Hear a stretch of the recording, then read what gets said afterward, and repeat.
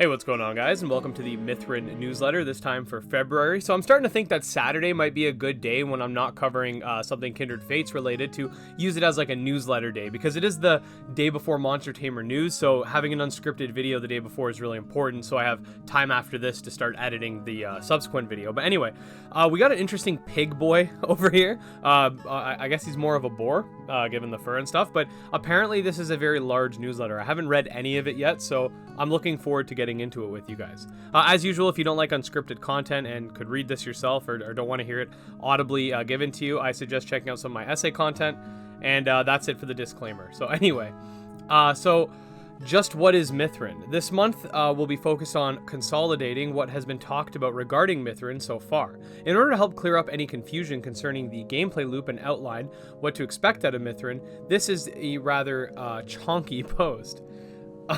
This week we will delve into the three pillars that make Mythren Mythren. Day to day. Mythren takes place over the course of many months following Kea or Kai as they unexpectedly become a tamer and try to find a place that they will be able to call home. You will live each day as a Mythren tamer, working to keep your status as a trainer by training and growing the bonds between you and your Mythren so you can be successful in the tournaments that you're required to compete in. Required, keyword, so you will have to do battling. I mean, as if that wasn't obvious, but it is more of a monster raising game, so that's confirmed that you will be battling whether you like it or not. Every day you get to decide how to raise your Mythren and grow as a tamer. Do you train? Do you grow bonds? Do you work on yourself as a tamer and increase your social stats? Visit the Wild Isles to gather resources, increase levels, and find items with a question mark. Interesting. Everyone who plays will be able to make their own unique path forward.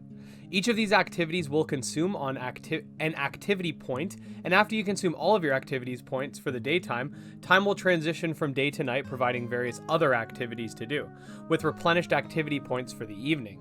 However, visits to the Wild Isles will require all of your activity points for the whole day, thus not allowing you to participate in any day or night activities / training for that day. There are various training minigames you can also play to raise the stats of your Mythren. Each of the 5 stats has its respective minigames. Each time you level up your Mythren, you will be able to gain a stat point.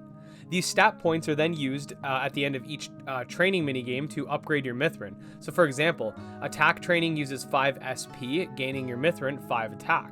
Once you're out of stat points, you must either level up your Mythren further or, in mid to late game, acquire an item that lets you reset your stats back to 0, refunding you the SP that you have invested. So they're just talking about respec. You can respec your Mythren if you'd like. There will also be plenty of social activities on your home island and in the city, which you can participate in with your Mythren to help raise their pact level. Interesting. Pacts are the social contracts you form with Mythren when you befriend one for the first time. Oh, okay, that makes sense. I was thinking pact like a group of animals, but it's a pact as in like a mutual bond. Every few pact levels will result in a pact conversation where you can go and further strengthen your pact and learn more about their personal troubles. Interesting. The Wild Isle. So this is like the main sort of thing that you're going to be exploring most of your time through the game. So the Wild Isle. For the cost of all your activity points, you can visit the Wild Isle. Here you can do very many things that make that large cost worth it. You'll be able to fight trainers and Darken, which if you guys don't know what Darken in, they're like these... They're the creatures you're going to fight in the wild. They're non-catchable, but they're something that's going to sort of be in your way, and you could use them to, I'm guessing, level up and stuff like that. Yeah, they're basically just like, imagine like wild Pokemon if you couldn't catch them. They're just enemies. And then you can use it to level up your Mythren and gain SP. The Wild Isle is littered with resources that you can collect, bring them back to your home island to craft items, upgrade training objects, and upgrade your home. While each of the zones of the Wild Isle are handcrafted levels, most resources and battle encounters are randomly generated. That's cool, I like that.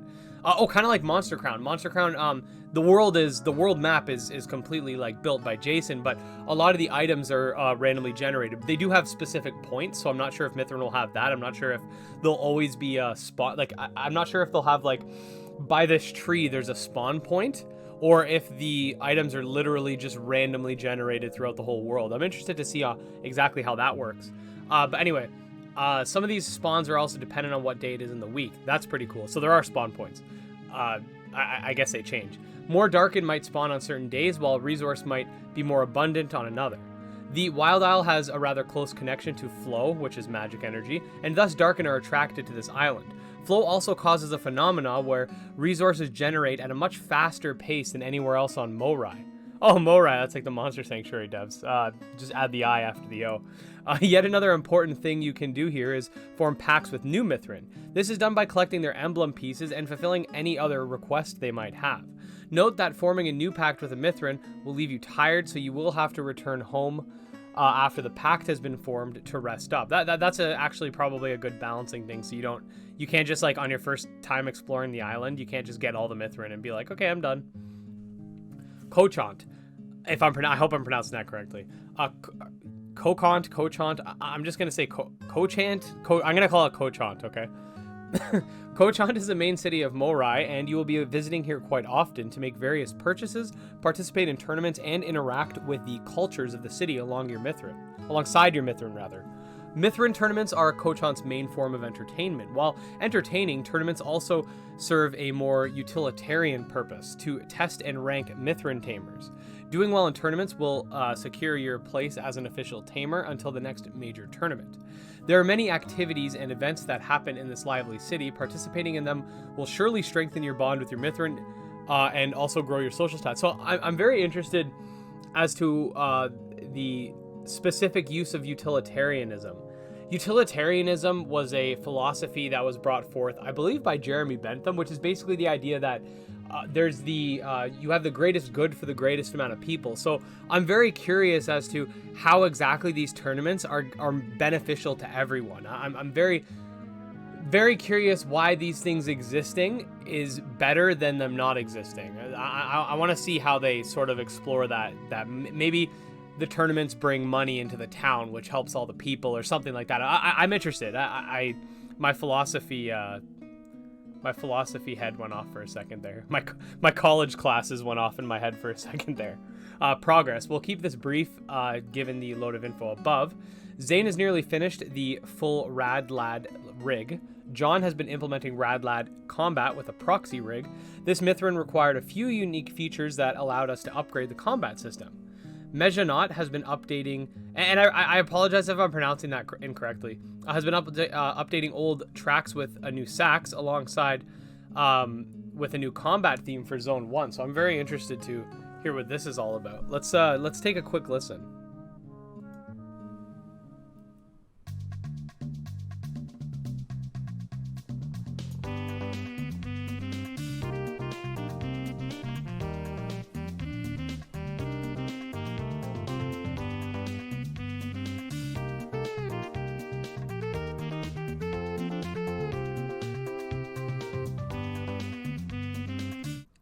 All right, definitely sounding pretty thick. I'm definitely liking the upgrade with the saxophone. I remember hearing the older theme that they used for battling as well. And I don't know how to explain it. The music it has its own like their original battle theme kind of reminds me of like menu music, but not in a bad way. But like how do I explain it? Like, Imagine you walk into like a club or something, or like not like a jazz club or something, and you hear that the battle music go off. That's kind of what the original reminds me of.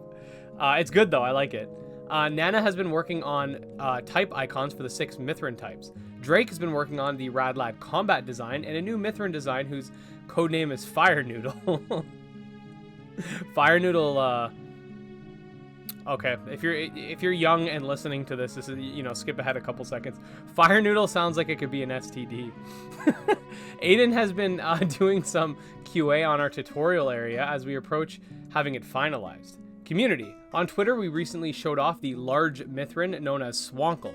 This Mythren is a brawler and uses mud in combat to deliver heavy blows. I like it. I definitely like it. I'm really liking it. That's cool. He's thick. We wanted to highlight some of our awesome fan art, and this was shared on our Discord by Bottled. Hey, Ducky! Ducky's a good artist. He made a really nice picture of my avatar and some kinfolk and stuff like that. He's awesome. Ducky's sexy. Ducky, if you're watching this, you're thick. We'll be holding another Q&A in our Discord server. We look forward to answering your questions on the 12th of February. Today's the 5th as of the time of recording this, so I'll have to see if I'm off at that time so I can ask some questions. And that's going to be at 4 p.m. No, 7 p.m. EST. Yeah, 7 p.m. EST. Also, Ova Magic has started their Kickstarter this month. If farming is your jam, you should definitely support the awesome game about monster taming, farming, and blobs. Thanks for reading, and we'll see you guys next month on March 1st with some rad content to discuss. Okay, he said rad, so I'm assuming we're going to get more information on Rad Lad. That's my prediction. Anyway, one thing I want to say is it is really nice that the devs are so friendly within the monster taming community. Like, I could have easily seen a lot of developers been like, oh, that's competition. I gotta like push them aside. I don't want to like show any support or anything like that. But we see with the Mythren devs, with the Kindred Fates devs, a lot of the devs, they're always, shouting out each other's projects and stuff like that. It's really nice to see. Like, this is a really wholesome community. But let me know what you guys think of the Mythren newsletter for this month. I'm thinking this pig boy might be pretty good, but we'll have to see. I generally play better with like faster, more agile monsters whenever I play like real-time games. Like, for example, Kindred Fates, I use Slifer. But we'll see. We'll see if I can actually use this guy. I definitely like his design though. Like I like the idea of having him like this big hairy boar. It's not just like a big fat pig. He's got the I don't know. He's nice. He's like a fat pig version of Super Saiyan 4 or something. Anyway, if you guys did enjoy the video, as usual, make sure to like and subscribe. You can follow me on Twitter at GymLeaderEd. And if monster taming is your jam, of course, check out our monster taming Discord. All links will be in the description. I'll see you guys in the next one. Peace.